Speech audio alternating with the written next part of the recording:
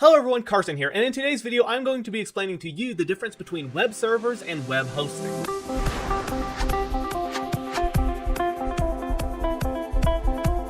Now I'll drop a link in the description where you can learn more about this topic and receive special discount. Alright, so let's get into the video. Now the term web server and the term web host can be very similar. They sound similar, they both start with web, and they both seem to have the general premise behind them. After all, server, host, what's really the difference? But in fact, there is an important distinction between these two terms, and today I'm going to go ahead and cover that and explain the difference. So let's go ahead and get started. Now the first thing I want to define is actually what a server is, because a lot of people don't even know what servers are. So I'm going to go ahead and explain what servers are, and then I'll get into what web servers specifically are. So a server in its most simplest form is a machine which provides a service to other machines. Think of it kind of as a data center where all the data is stored and transferred to other locations. Just like a big city where all the people from the neighboring towns go to shop at, that's basically the purpose of a server. Now server is really a broad term in the IT world. It can mean a lot of different things because there are a lot of different types of servers. As a matter of fact, most small businesses usually have a server in their office. Now these servers are usually used to store like shared files and accounting data.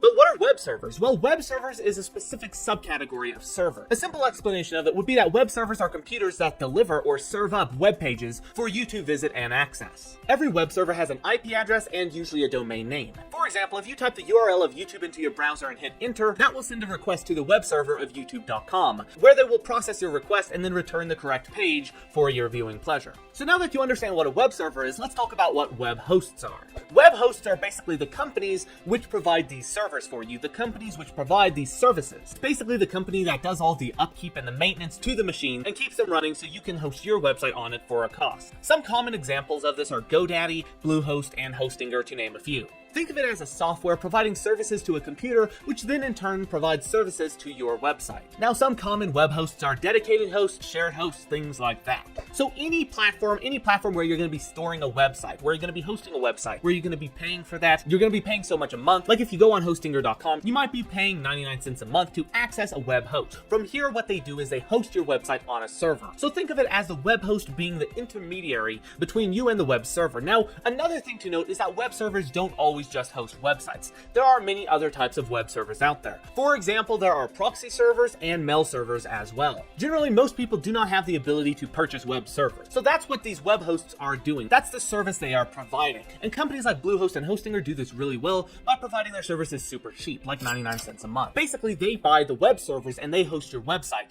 And then from there, you just pay them a certain amount to upkeep it for the bandwidth and for the data storage. Now, just to recap, servers are essentially powerful computers that run software or provide services to other computers. Now, a subcategory of that, which is web servers, are servers which host essentially internet websites and provide access to their files and services over the internet. You cannot host a website without a web server.